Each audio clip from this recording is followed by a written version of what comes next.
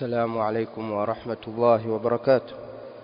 إن الحمد لله نحمده ونستعينه ونستغفره ونتوب إليه ونعوذ به من شرور أنفسنا وسيئات أعمالنا.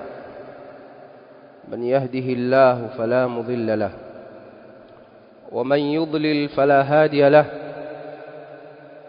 أشهد أن لا إله إلا الله وحده لا شريك له، وأشهد أن محمدًا عبده ورسوله صلى الله عليه وعلى آله وأصحابه وسلم تسليمًا كثيرًا. أما بعد، فيا أيها المسلمون، أوصيكم وأوصي نفسي بتقوى الله عز وجل. قال تعالى: يا أيها الذين آمنوا اتقوا الله وكونوا مع الصادقين.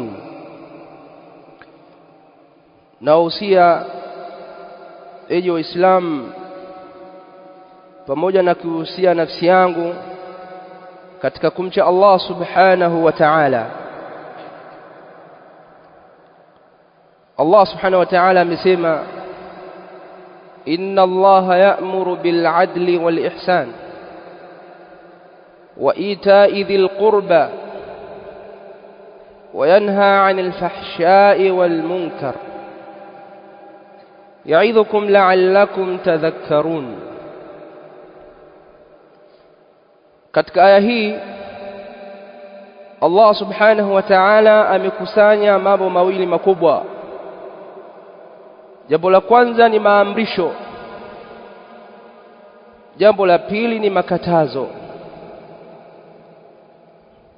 Ameamrisha mambo mawili ambayo ni ya ujumla, ni usul katika akhlaq,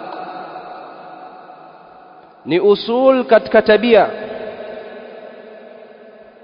Ameamrisha mambo matatu na akakataza mambo mawili ambayo pia ni usul, misingi katika tabia.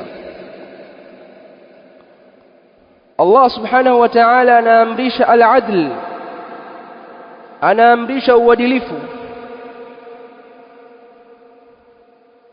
والعدل هو وضع الشيء في موضعه الصحيح، ni kukiweka kitu sehemu yake sahihi,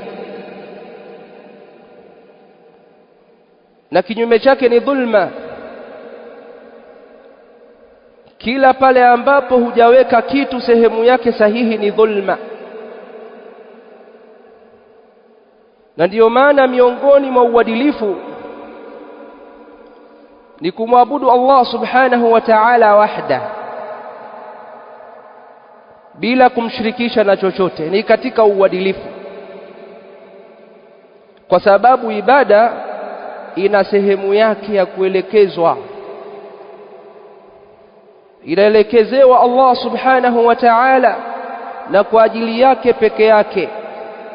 Anasema Allah subhanahu wa ta'ala: wa'bud rabbak حتى يأتيك اليقين. واعبد ربك حتى يأتيك اليقين. na muabudu Mola wako peke yake bila kumshirikisha. hatta ya'tiyaka al-yaqin, mpaka mauti yakujie. Non stop, hakuna kusimama. Ilipoelekezwa ibada kwa asiyekuwa Allah subhanahu wa ta'ala, Allah akasema hiyo ni dhulma na wala si uadilifu. Akasema inna shirka la dhulmun adhim, hakika shirki ni dhulma iliyokuwa kubwa kabisa.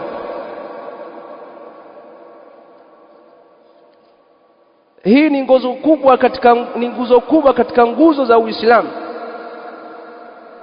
na ni nguzo kubwa katika nguzo za iman. Shahadatu an la ilaha illa Allah wahdah la sharika lah, wal iman billahi wahdah. Kwa hiyo katika uadilifu ni kumwabudu Allah subhanahu wa ta'ala wahda, na katika dhulma ni kumshirikisha. ukaomba vinyamkera, ukaomba mizimu, ukatambika katika vibanda, katika miti, katika mizimu wanaoitakidi mizimu, wama ila dhalik. Yote hii ni dhulma na wala sio uadilifu. Wa min al-adl, na katika uadilifu ni kumfuata Mtume sallallahu alayhi wasallam.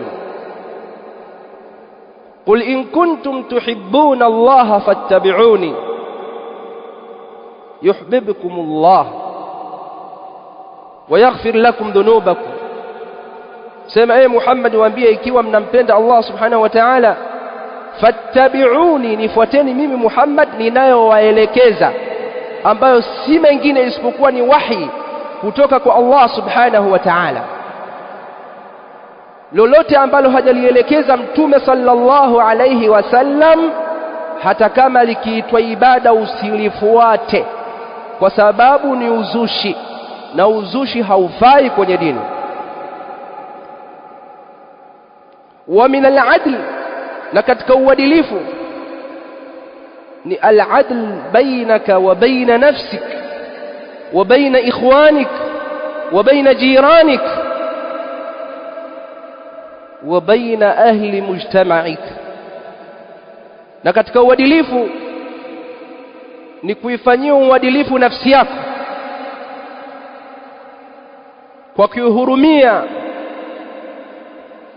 kwa kujiweka mbali na maasi, kujiweka mbali na kila aina ya maasi. Ni kuhurumia watu wako wa karibu, wazazi wako, watoto wako, kwa kuwapa haki zao. Ni kuwahurumia majirani kwa kuwapa haki zao. Ni kuwahurumia watu wa jamii yako kwa kuwapa haki zao. Almuslimu man salima almuslimuna min lisanihi wa yadihi. Mtume sallallahu alaihi wasallam anasema Muislamu wa kweli ni yule ambaye Waislamu wenzake watasalimika na ulimi wake, yaani maudhi ya ulimi wake, matusi, kejeli, dharau, uongo, ufitinishaji, umbea, uchochezi, wama ila dhalik. Wa yadi, na Waislamu wenzake watasalimika na mikono yake, asiwaudhi, asiwafanyie uadui kwa dhulma, wama ila dhalik. Wala ta'tadu, Allah anasema msifanye uadui, inna Allah la yuhibbul mu'tadin. Hakika Allah subhanahu wa ta'ala hawapendi wafanya uadui. Ayuha almuslimun, katika yaliyoamrishwa na aya hii al-ihsan. Inna Allah ya'murukum bil adli wal ihsan. Allah anaamrisha uadilifu na ihsan. Wal ihsan lahu ma'nayan 'am wa khas. Ihsani na maana mbili, maana ya ujumla na maana maalum. Ama maana ya ujumla huwa itqanu a'malik, ni kufanya uzuri matendo yako ya ibada. Na Mtume sallallahu alayhi wasallam ameeleza kwamba anampenda mja ambaye akifanya jambo ayutqinahu, alifanye kwa uzuri. Hadha min al-ihsan, kutekeleza mambo ya ibada kwa uzuri wa hali ya juu. Ukiswali uswali kiuhakika, kitoa zaka uhakikisha unaijua zaka jinsi ya kuitoa. Birrul walidain, uangalie wazazi wawili kwa moyo mmoja, sio kwa kulazimishwa. Wa hakadha at-tasadduq, unapotoa sadaka utoe kwa moyo mmoja na kwa mapenzi, wa ghairi dhalik. Ama maana maalum ya ihsan, naf'u an-nas, kuwanufaisha watu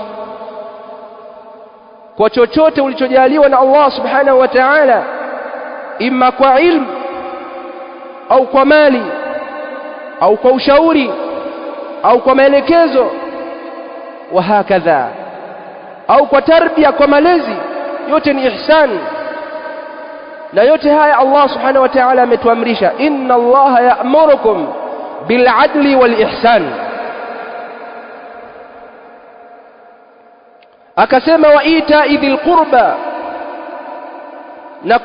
na kuunga udugu kwa kuwapa watu wa karibu. Kuunga udugu na watu wako wa karibu kwa kuwapa sadaka, kwa kuwapa mali, kwa kuwapa ushauri, kwa kuwapa elimu, kuwapa maelekezo. Watu wa karibu ni wa mwanzo kabisa.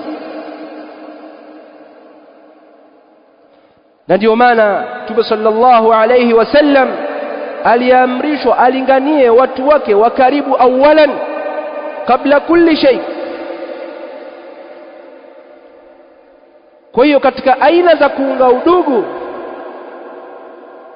ni kuwapa mahitaji wanayohitaji kama una nafasi, lakini hata ushauri, lakini hata amrun bil ma'ruf wa nahyun 'anil munkar, hata kuamrisha mema na kukataza maovu, yote ni katika silatur rahim, ni katika kuunga udugu. Na Mtume sallallahu alayhi wasallam ametahadharisha kunako wale wanaokata udugu, akasema la yadkhulul jannata qati'u rahim, hataingia katika pepo yule ambaye anakata udugu kwa dhulma, kwa uadui, kwa kuchukia watu bila sababu katika ndugu, kwa kugombania mali na mengineyo. Ayuha almuslimun, dinuna dinu rahmatin wa ihsan. Dini yetu ni dini ya rehma na ihsan, ni dini ya udugu.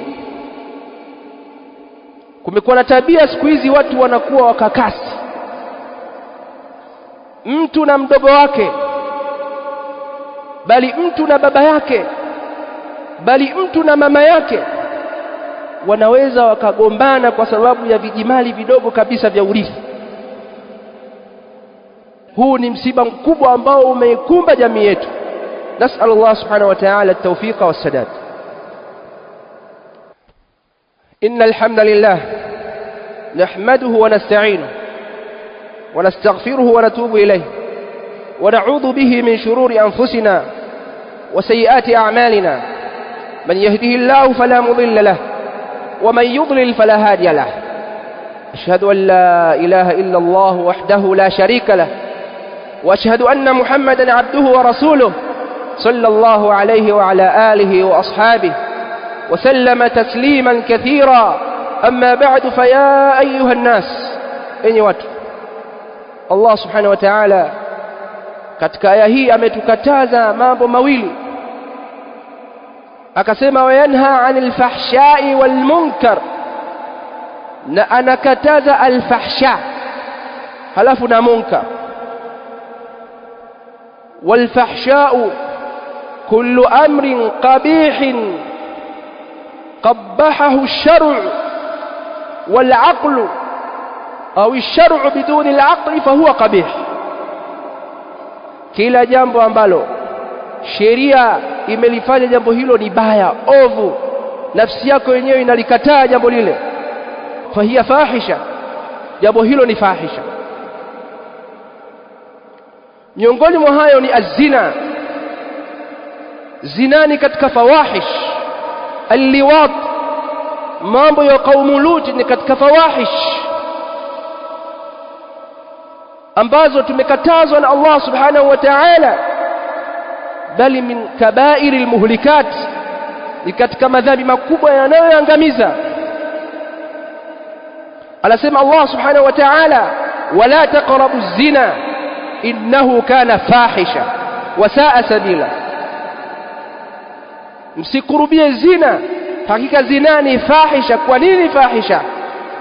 Kwa sababu zina, achilia mbali kuwa inachukizwa katika sheria, sheria inachukia zina, lakini hata binadamu mwenye akili timamu anachukia zina. Ayuha almuslimun, na zina ni msiba mkubwa leo hii, msiba ambao una utangulizi wake, msiba ambao una vishawishi vingi kama vile utandawazi, maendeleo, teknolojia ambazo zimewepesisha watu kuona vitu mbalimbali vinavyofaa na visivyofaa, ambavyo asili vingine si asili hata ya Mwafrika, asili mbali Muislamu. Mambo haya yamechangia kwa kiasi kikubwa kueneza dhambi hii na baya hili la zina, ambalo husababisha madhara makubwa katika jamii,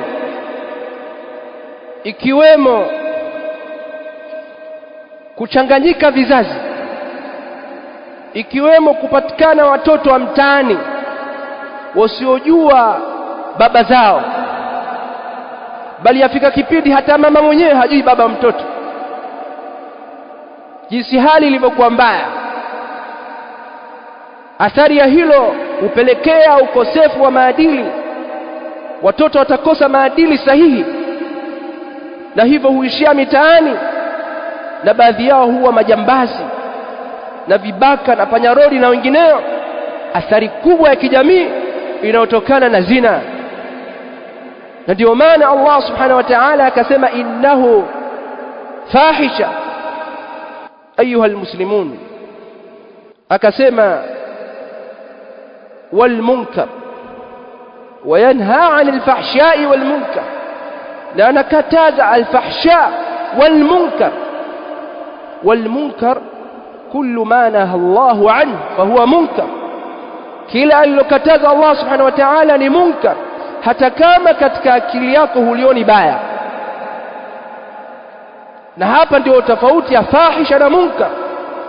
Munkar inawezekana ukaliona jambo zuri kabisa, fahisha akili yako haikubali kwamba hili jambo ni zuri, lakini munkar inawezekana jambo ukaliona ni zuri. Miongoni mwa hayo ni miziki, ambayo ni katika vichocheo vikubwa vya zina. Na ndio maana hapa akaunganisha kati ya fahsha na munkar, au fahisha na munkar, kwa sababu yanayopatikana katika fahisha yanachochewa zaidi na baadhi ya mambo ya kimunkarati, na miongoni mwa hayo ni muziki, ambao umekuwa janga kubwa leo hii kwa vijana. Muziki ni haram katika Uislamu na katika sheria Allah subhanahu wa ta'ala. Anasema Allah subhanahu wa ta'ala, wa minan nasi man yashtari lahu alhadith liyudhilla an sabilillahi bighairi ilm wa yattakhidhaha huzwa. Na wako watu ambao wananunua mambo ya upuzi, ndio lahu alhadith, ili waweze kupoteza watu kutoka katika njia ya Allah subhanahu wa ta'ala.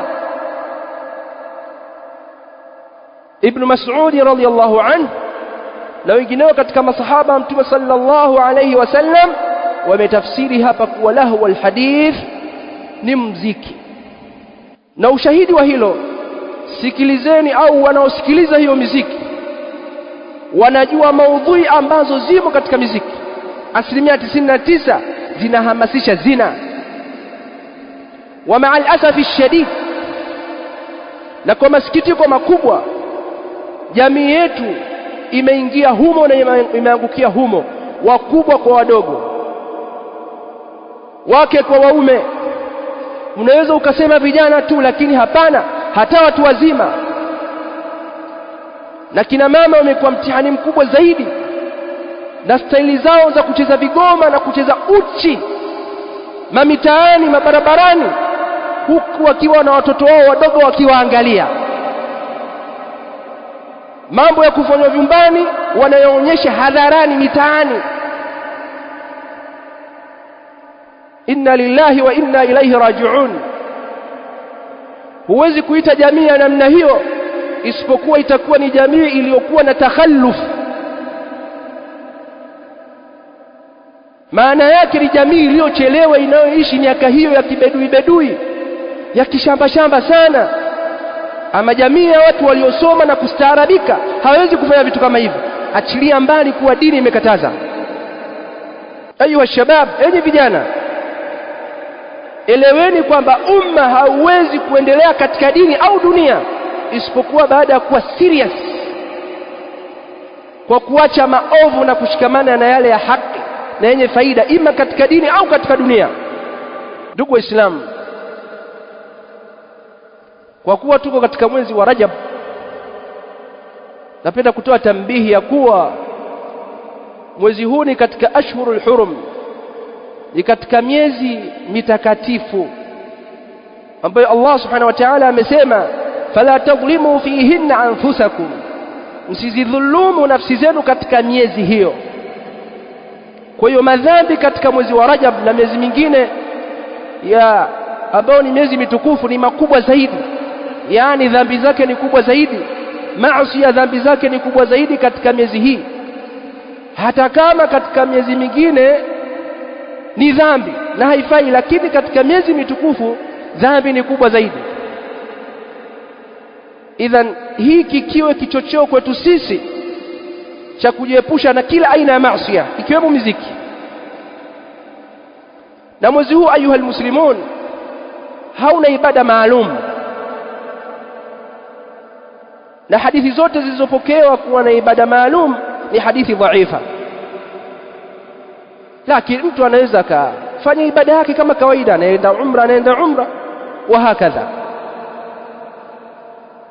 Wa min babi tanbih, na katika mlango wa tanbihi pia ni kuhusiana na yanayoendelea ya kusherehekea sikukuu ambazo si za Kiislamu, ambazo ni ibada kwao sio kwa Uislamu. La yajuzu ala almuslim almusharaka fiha, haijuzu kwa Muislamu kushiriki, kwa sababu kwao ni ibada, wanafanya ibada kama ambavyo wao pia wanaona haifai kushiriki katika ibada zetu ambazo ni ibada. Huwezi kuingia msikitini akaswali kwa sababu kwetu ni ibada, na ndio maana hata tukiswalia maiti wanakaa nje kwa sababu kwetu ni ibada, kwao si ibada. Kwa ibada yoyote ambayo si ya Kiislamu haifai wewe kushiriki, pamoja na kwamba tunaamiliana katika miamala ya kidunia kama majirani bila kufanya uadui mtu wala kumdhulumu, tunaishi kwa ujirani na amani kabisa. Hili ni jambo la wajibu. Lakini mambo ya ibada yasiyokuwa ya Kiislamu usivuke mpaka. Ayuha almuslimun, tunamwomba Allah subhanahu wa ta'ala atupe tawfik katika kufuata ya haki na atuepushe na kila aina ya batil. Tunamwomba Allah subhanahu wa ta'ala atuzidishie amani ya nchi yetu ambayo ilijaribu kujaribiwa na baadhi ya watu, lakini walhamdulillahi alladhi bi ni'matihi tatimmu as-salihat. Nashukuru kwa neema hii Allah subhanahu wa ta'ala ya kutuondoshea janga hili, na ili amani izidi kuendelea lazima tuendelee kuleta istighfar, kuleta toba kwa Allah subhanahu wa ta'ala kwa maasi yetu tunayoyafanya. Kila mmoja na maasi anayoyafanya. Anasema Allah subhanahu wa ta'ala, wama asabakum min musibatin fabima kasabat aydikum, yanayoyapata misiba ni kutokana na mnayoyachuma kwa mikono yenu. Kila mmoja aangalie maasi anayoyafanya ayaache, ili tuweze kupata neema za Allah subhanahu wa ta'ala, ikiwemo neema ya amani, neema ya mvua, neema ya riziki mbalimbali. Kuchelewa kwa hizi mvua katika baadhi ya maeneo na ukame unaokuja ni kwa sababu ya maasi yetu, sio kwa sababu ya serikali fulani au ya mtu fulani. Maasi yetu kama anavyosema Allah subhanahu wa ta'ala. Hayo ndio maelekezo ya dini yetu. Kama hatubadiliki, kila mmoja kutubu madhambi yake, kila mmoja akaacha dhambi anayoifanya, tutaishia kulaumiana, tutaishia kumlaumu fulani na fulani, na hali haitobadilika hata aje nani. Inna Allah la yughayyiru ma biqaumin, Allah anasema hatta yughayyiru ma bi anfusihim. Allah subhanahu wa ta'ala hayabadilishi mambo waliokuwa nayo watu mpaka wazibadilishe nafsi zao. Kwa hiyo kama hatutobadilika, tutaendelea kuishi kwa wasiwasi, tutaendelea kukosa mvua, tutaendelea kupata majanga mbalimbali.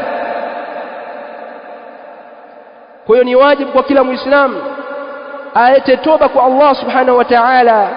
Anasema Nuhu alayhi salam kuambia watu wake, faqultu astaghfiru rabbakum innahu kana ghaffara yursilis samaa alaykum midrara, mpaka mwisho wa ayat. Ikawaambia leteni istighfar, Allah atawaletea neema mbalimbali ikiwemo mvua zisizokatika. نسأل الله سبحانه وتعالى الهداية والتوفيق، وصلى الله على نبينا محمد وعلى آله وصحبه.